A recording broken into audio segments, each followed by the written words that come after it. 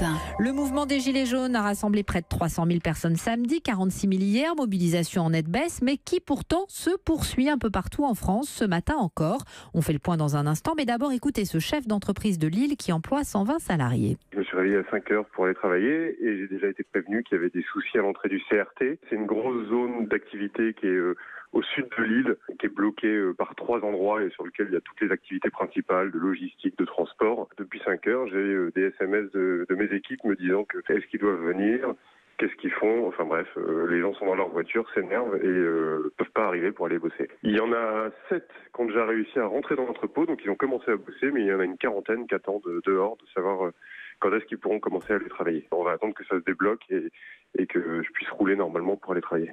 Un chef d'entreprise de Lille joint il y a quelques minutes par Aude Vernuccio, donc pas forcément facile d'aller au travail ce matin. Avec vous, Jérôme Lacroix, on va tenter de dresser une carte des points de blocage et bien sûr impossible d'être exhaustif. On va commencer par le sud-ouest. Oui, en Gironde, le pont d'Aquitaine, la rocade est fermée à la circulation du côté du pont François Mitterrand, toujours sur la rocade de Bordeaux. Là, c'est un barrage filtrant.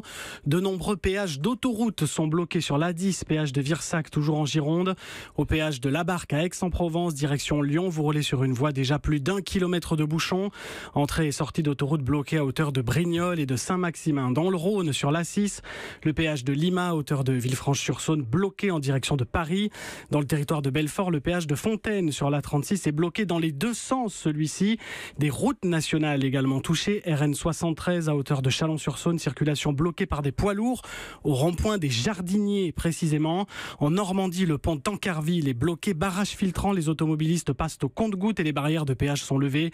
Un rond-point proche de l'aéroport du Havre-Octeville est également bloqué. Les préfectures recommandent de se renseigner avant de prendre la voiture ce matin pour aller travailler. Jérôme Lacroix. Et pour en savoir plus en temps réel sur ces nouveaux blocages, n'hésitez pas à consulter notre site d'info-europa.fr. Des Gilets jaunes qui n'ont rien obtenu du Premier ministre. Édouard Philippe était hier soir l'invité du journal de 20h de France 2. Il a dit entendre la colère et la souffrance, mais il a bien l'intention de maintenir le cap.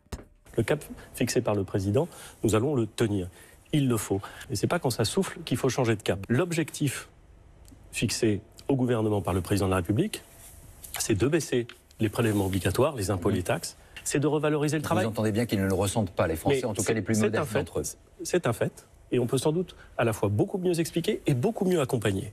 Édouard Philippe, hier soir sur France 2, a par ailleurs balayé l'idée du patron de la CFDT, Laurent Berger, qui proposait de réunir syndicats, patronat et associations pour construire un pacte social de la conversion écologique. Je ne crois pas que c'est ce que demandent les Gilets jaunes, a dit le Premier ministre.